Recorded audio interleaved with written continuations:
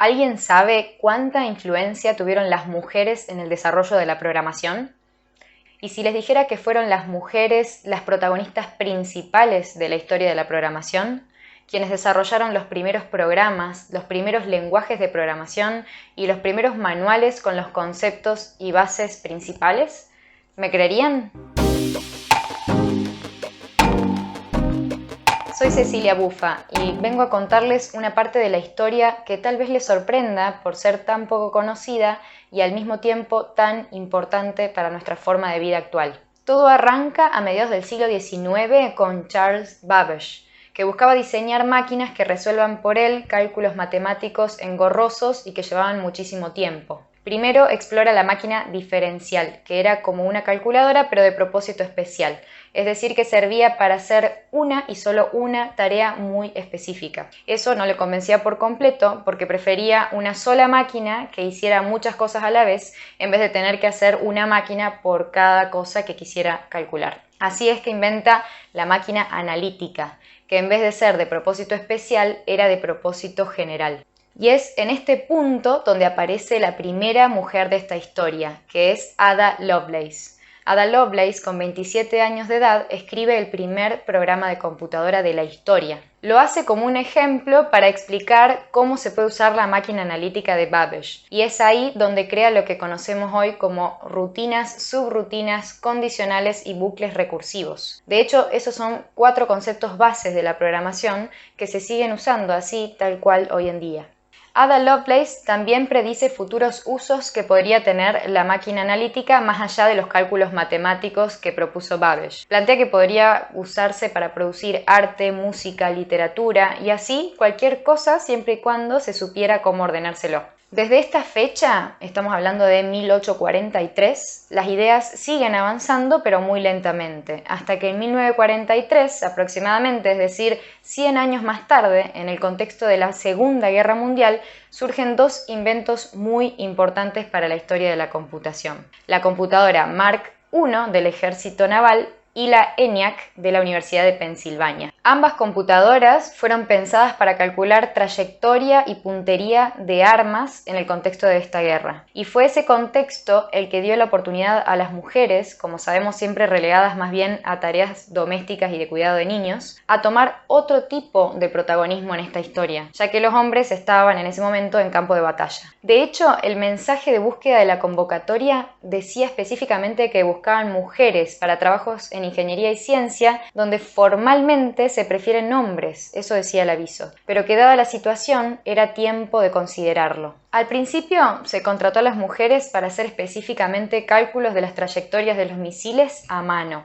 y es por eso que se las llamaba computadoras humanas. Ya cuando lograron construir el ENIAC, eligieron 6 de esas computadoras humanas para que hagan la programación de la máquina, lo cual se consideraba como algo secundario y tedioso, porque en ese momento lo importante de la máquina era el hardware, es decir, la parte eléctrica, la parte mecánica. El software era simplemente cosa de mujeres. Estas 6 mujeres elegidas fueron Betty Snyder Holberton, Jean Jennings Bartik, Kathleen McNulty, Marlene Westcott Meltzer, Ruth Lichterman Teitelbaum y Frances Villas Pence.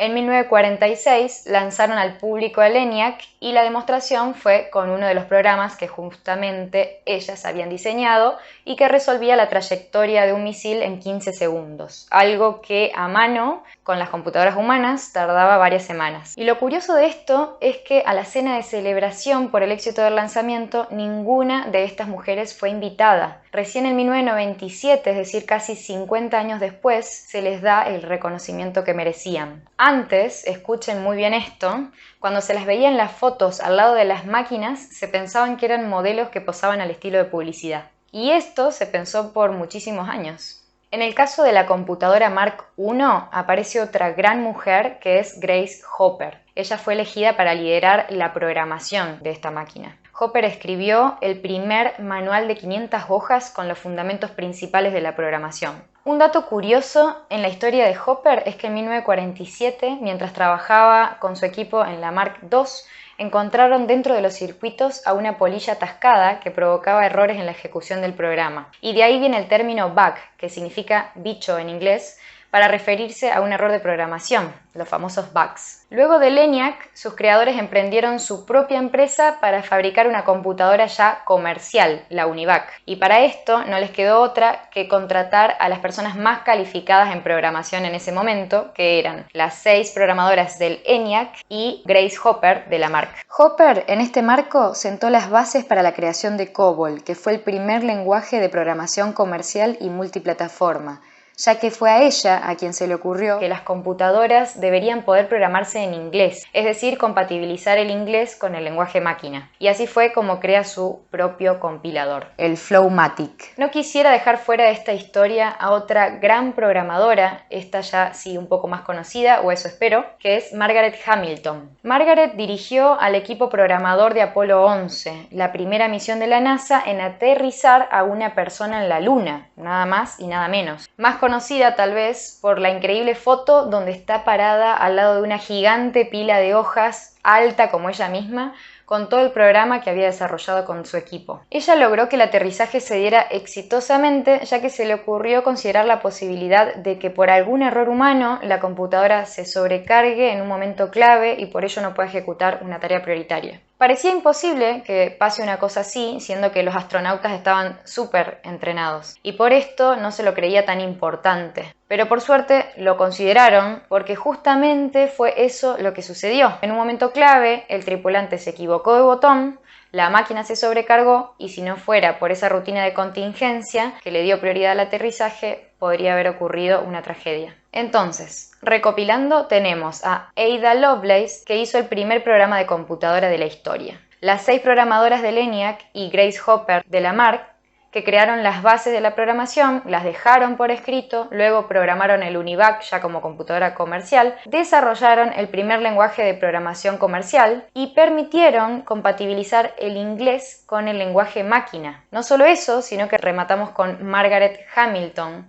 haciendo aterrizar de manera segura al primer hombre en la Luna. La verdad es que no se entiende muy bien cómo es que con esta tremenda historia de bases femeninas sean casi todos hombres en el mundo de la programación. De hecho, yo siendo ingeniera, durante toda mi carrera nunca había escuchado hablar de esta historia. Una teoría de por qué sucede esto podría ser que con la llegada de las computadoras hogareñas, en las publicidades se mostraba cómo el hombre trabajaba en la computadora, cómo los niños jugaban videojuegos en la computadora, y las mujeres, todavía de fondo como modelos publicitarias, cocinaban, lavaban los platos y cuidaban a sus hijos. Otra posible teoría podría ser que simplemente cuando se entendió la importancia del software y su potencialidad, los hombres decidieron ocupar ese espacio de poder y rápidamente las mujeres fueron desplazadas nuevamente. O simplemente se terminó la época de guerra, los hombres volvieron rápidamente a sus posiciones de privilegio y las mujeres volvieron a sus típicas tareas de cuidado y de hogar. Más allá de cómo se hayan dado los hechos, no podemos dejar de considerar que hay un factor de poder y un factor cultural que van desde los juguetes que les compramos de pequeñas a las cosas que les decimos, a las publicidades a las que están expuestas, los referentes que toman como ejemplo, y así podríamos seguir mostrando todo lo que sucede sin darnos cuenta y que vuelven cada vez más difícil a las mujeres posicionarse en ciertas ramas estratégicas como es el caso de la programación. Sin embargo, la historia, como ven, nos demuestra que claramente en este oficio fuimos pioneras y tenemos alto potencial. Entonces es importante trabajar para romper los estereotipos, para romper los prejuicios, los pisos pegajosos y los techos de cristal que nos limitan en nuestro accionar día a día y en nuestra capacidad para generar un impacto en el mundo desde cualquier rama que nos interese.